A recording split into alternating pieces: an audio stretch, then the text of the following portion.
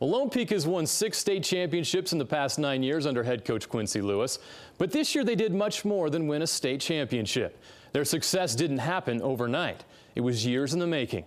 The foundation of their journey to a national championship began a decade ago.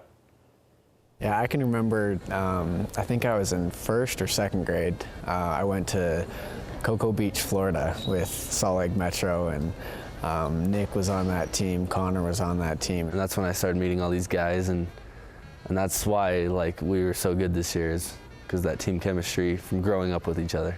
Their Salt Lake Metro team finished 10th in that tournament against the best young talent in the country.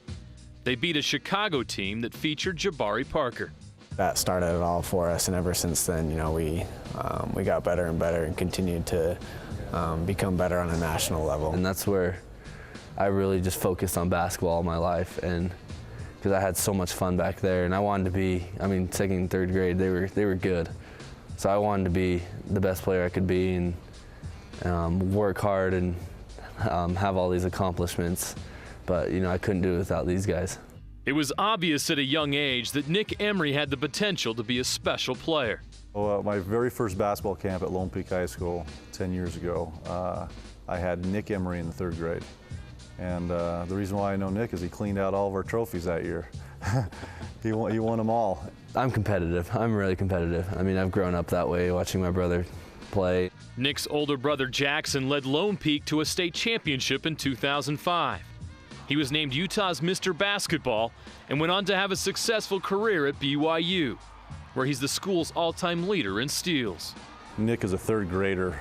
I remember my wife, she's involved with our program. She gets to know all of our kids, and we had an experience of my first year, my 2nd game coaching, we beat a Timpview team that was nationally ranked, and it was kind of Jackson Emery's coming out party, and he'd played great, had 25 points and whatever else. And Nick was a 3rd grader, and she goes up to Nick after the game. She says, Nick, are you going to be as good as your brother?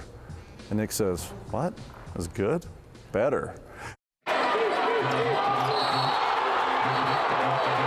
He's just as competitive a guy as I've ever had.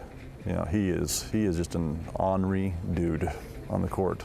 That's just how I am. When I get into a game or something, I just flip. I'm honestly one of the meanest players. I feel bad sometimes. I'm just like, gosh, why did I do that? Haas steals it. Haas goes in. Slammed it home, and he's fouled. Marty Haas, a one-handed stop. Here he takes. TJ Haas is the son of Marty Haas, who started BYU in the late 80s, and the younger brother of current BYU star Tyler Haas. Tyler was a 2-time Utah Mr. Basketball and won 2 state championships at Lone Peak. My dad is very smart with basketball, and being able to you know, play with Tyler growing up and play against him and his buddies and stuff, it's really helped me gain confidence with playing with older kids. You look at him and you wouldn't think, you know, but he is as mentally tough kid as you're ever going to come across. Connor Toulson also has basketball in his blood. He's the son of Andy Toulson, who played with Marty Haas at BYU and spent 1 season with the Utah Jazz before many years as a professional overseas. Growing up, my dad loves it. He's taught me everything, and it's basically all I've known for my life growing up, and that's what I do. Another member of that group is Talon Shumway, an exceptional athlete who's as good at football as he is at basketball. He had scholarship offers in both sports, but chose to play football at BYU. Boy, tough. As good of a defender as I've ever had, and willing to give of himself whatever he needs to do. These players became best friends, and they played the game of basketball in tournaments around the country. They would push each other over the years to become better. I can remember talking with Connor Toulson and Nick, and I remember I don't really think we talked too much about winning state championships as much as we were just like, hey, we're all going to be able to play together. I don't think we ever imagined something like this happening. They play against each other every day in open gym at Lone Peak. And so you're playing against as good of kids as there is in the state every single day, and that's going to push you. TJ pushes Nick to be a better player, and vice versa. Once this group reached high school, They were prepared for immediate success. Back in 6th and 7th grade, I was actually playing with the JV team. Wow. Yeah, down at like BYU tournaments, and you know, it was kind of crazy. I was like, I'm only in 6th grade and I'm playing against 11th graders. And so that's really where I got my confidence and all the expectations I've learned at an early age. Nick and Talon were sophomores and TJ Haas was a freshman when they won the 5A state championship in 2011. I think that was maybe the beginning of what this team was about. These kids really showing their mettle in tough situations. They would repeat as champions the following season. And that year was definitely one of the toughest years we've had. And you know, we weren't very big. Chase Hansen was our biggest dude at 6'4". So we really had to focus on being together as a team a lot more. And you know, that was a hard year to win it, and we got it done. Watching on the bench that season was Eric Mika. The 6'10" center had to sit out the season after transferring from another Utah school. How difficult was that for him, but at the same time, what did he gain by having that experience? He became the greatest water boy in the history of high school basketball. The hardest part was the actual decision when it came out that I wasn't allowed to play. That hit me the hardest. But after that, I mean, I still got to practice with him every day. You know, Eric wasn't that strong of a player before he came here to Lone Peak. I mean, he was big, he was strong, athletic, but Coach Lewis has really made him the player he is right now, and people don't see that. I was raw, is what he told me the first day I was here, and he got me into shape, got me running the floor, because before I never did, so. Running the floor has really changed your game. Yep. Yes, it has. You're fun to watch. I had never heard of a big guy running the floor. I would get the rebound and then jog up behind my point guard, and then when Quincy would always yell, like, run to the rim, I never knew what he meant. But after a while, he got me in shape and got me in the habit of that, and now I love it because that's how I get my points. With Nick, TJ, Talon, and Connor returning, and the addition of Eric Mika, Lone Peak was a heavy favorite to win a third consecutive state title. But head coach Quincy Lewis saw potential to do something even bigger. I kind of went to work on putting together a schedule that I thought would give us a chance to win a national championship. I didn't know for sure if we were good enough to do it. I thought we might be, but I knew this, that if we didn't have the schedule, there was no chance. When Coach Lewis built this ambitious schedule, what was your reaction? We were actually really excited. You know, it was definitely one of the hardest schedules probably ever in Utah history. And so we knew that going into those, and we wanted to prove to everyone how good we really were. I think with that schedule, I was a little nervous at the start, but like I was so excited. I was so excited to get out there and play against these guys and really show what we were made of. What was your vision of what this group was capable of this season? We hadn't talked national championship at all until we came back this fall in August, and it was the very first day we met. I said, this is our goal, and this is what I think we can do. It takes a couple years to get used to the pressure that's created, and sometimes some guys, every once in a while someone will snap and break down, but this program turns people into really good players. Lone Peak's ambitious out-of-state tour began early. They traveled to Chicago for their second game of the season. They would face perennial power Proviso East, the 13th ranked team in the country. The final result was shocking and sent a message to the rest of the country that Lone Peak was a national title contender. When you guys walked out of the court in Chicago, what was the reaction of other teams? It was funny. Everyone was just like, who is this team? Like a bunch of white guys. What are these guys doing here? You know, didn't I see that kid in math class? I don't know. We certainly don't fit the bill as a national championship looking team. I mean, if you look at us in warm-ups, we fell completely, other than Eric, we failed completely. I mean, we heard a bunch of crap talk, and we really wanted to prove to everyone that we were the best team, and we wanted to not only win by 15, but win by 30.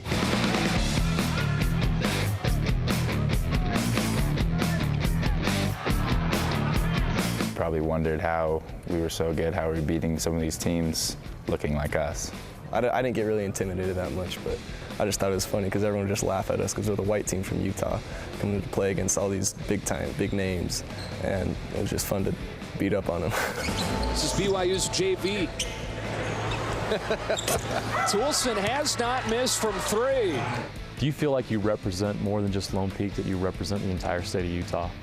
I feel like Utah basketball is much better than people think. You know, we really are very fundamentally good at what we do. We change things for sure. Did you guys enjoy breaking down stereotypes when you went to these out-of-state tournaments? Oh, we enjoyed it a lot because all the publicity we get from this, and you know, not only are we good on the court, but we're good off the court also. And that's what we wanted to show people, is it means business on the court, but off the court, we can, like I said, we can be your best friend. People loved watching us. They loved the white team that could shoot, and I liked breaking stereotypes because I feel like we've all known it for a long time now, and to be able to make sure everyone else knows. You won a dunk contest in Florida. I did win a dunk contest. Someone talked me into it. I was like, all right, I'll do it. Were you surprised by the reaction? People went nuts when you were throwing down some of those. Yeah, I mean, my first dunk wasn't great, but I think people were still surprised. But then my second and third dunk, people were loving it, so I thought that was pretty cool.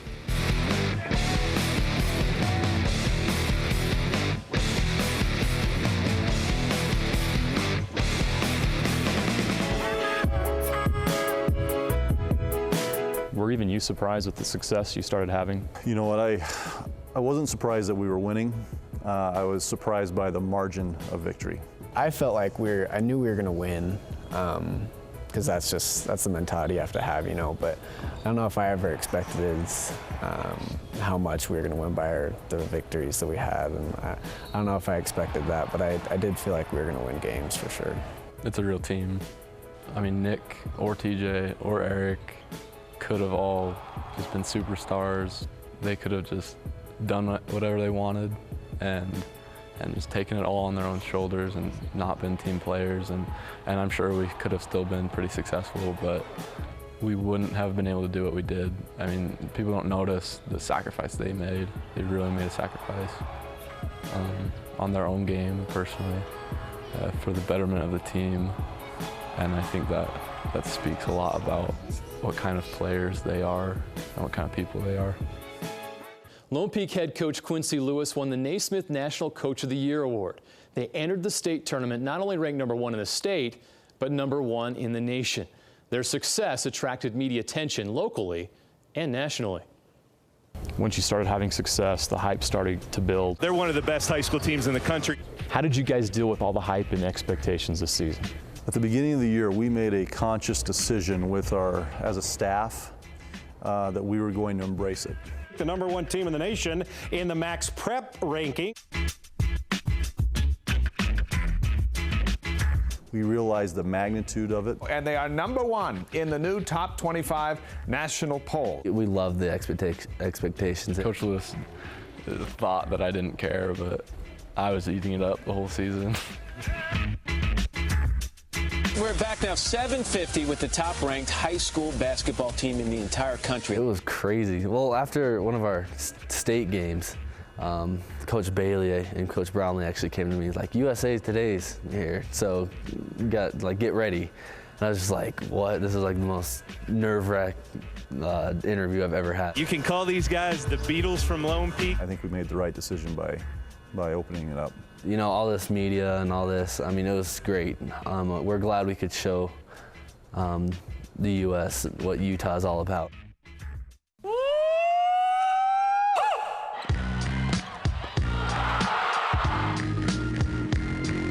The Knights made winning look easy. Who are you going to guard? Are you going to guard Eric or are you going to guard us out there? They averaged 73 points per game, and their defense was even better, holding opponents to just 46 per game. Their average margin of victory was 27 points. How did you coach this team when they were having so much success to get better? To treat it like a golf game. You know, we're playing against ourselves, you know, or of course it's we have to play at our level. I mean, we kind of got caught up. We're like, oh, we're doing so well right now. Like, why do we need to practice hard? Coach Lewis just kept pushing us and pushing us. He wanted to beat teams by 30 instead of just 20. I think that's where having a national championship as your goal, that helps keep your focus when you're playing against maybe a team that you feel like you might beat by 20 or 25. You can say, hey, if you lose this in-state game, or if this in-state game winds up being a 4-point game, your national championship is gone. That helps keep a razor-like focus for our guys the whole year. With the attention came expectations, and the pressure started to mount as the team found themselves just 4 wins away from not only a state title, but a national title.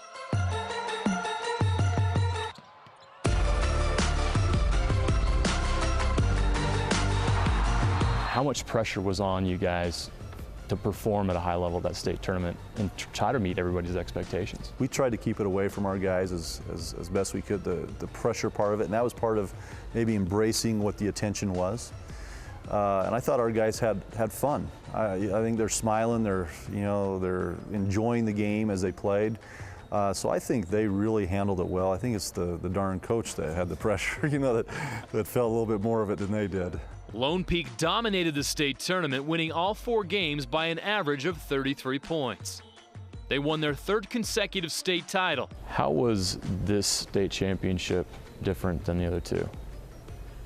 Well, national championship was on the line. That's how it was different, and especially doing it with these guys. These guys are the ones I've grown up with and playing with all these years, and so it was a definitely more special feeling. You guys in the locker room celebrating after that state championship, knowing it was likely a national championship, did you guys really grasp what you had accomplished at that point?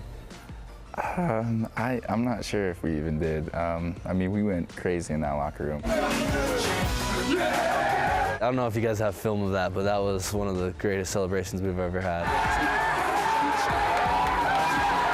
I don't think it's still even hit all of us what we've done. At the time, it was the happiest feeling in my life, but then the next few days, it's kind of like, wow, it's over. Like, what am I going to do now? It didn't really sink in until about 2 weeks after, knowing that this is all over. I wish I could go relive that again. Once it hit, it's really like, man, this really was a big deal, and this doesn't happen very often. And I was actually really lucky to be a part of that. And on April 7th, we're officially crowned national champions by MaxPreps. They're considered by many to be the greatest high school basketball team in state history. What is it like to call yourself a national champion? I feel like it's just peaked at the perfect time, and it just all came together, and everything perfect happened this year. Now that it's official, what's your reaction? You're a national champion. Shoot, I got games tonight. Games go on. Oh yeah, it's I don't know if till July or August it can really sink in. It has a little bit maybe to now, but it will feel awfully good. What does it mean to you to be called a national champion? That's a special honor, and I'm always going to remember this year. And I'm glad we could show everyone how good we were, and I wouldn't have done it with any other guys than the guys we had on our team. It's cool to win the national championship and 3 state championships, but I mean, I'll remember that I did that for the rest of my life, but the biggest thing I'm going to remember is the guys I played with. I sat down and thought about it a lot, just where it's like, holy cow, it's been since 1st grade. It started way back there, and now it's here, and we're national champs. It's definitely special for us all. What do you want people to know about this team that maybe they don't know about? That we're good kids. Dear Elder Emery, you are hereby called to serve as a missionary of the Church of Jesus Christ of Latter-day Saints. You are assigned to labor in Germany, France. Nick Emery is now preparing to serve a 2-year mission for the Church of Jesus Christ of Latter-day Saints in Frankfurt, Germany. Teammates Talon Shumway and Connor Toulson are also preparing to serve missions. Connor in Fort Worth, Texas, and Talon in McAllen, Texas. Eric Mika will play basketball next season at BYU, where he's expected to contribute immediately. Just unbelievable. It's been an unbelievable journey from transferring here to winning a national championship. It's nothing I could have ever dreamed of, nothing I thought would ever happen, so it's awesome. TJ is preparing for his senior year at Lone Peak. He's expected to be a leader next season and will have a chance to win his 4th state title. Eventually, Emery, Haas, and Mika will all play together at BYU. We have a few things that we need to finish first, but once those are done, I think we're all going to be ready to try and prove something again. We definitely would like to make some noise at BYU, and I think we've proven this year that we're capable of doing it, and we're very excited about it.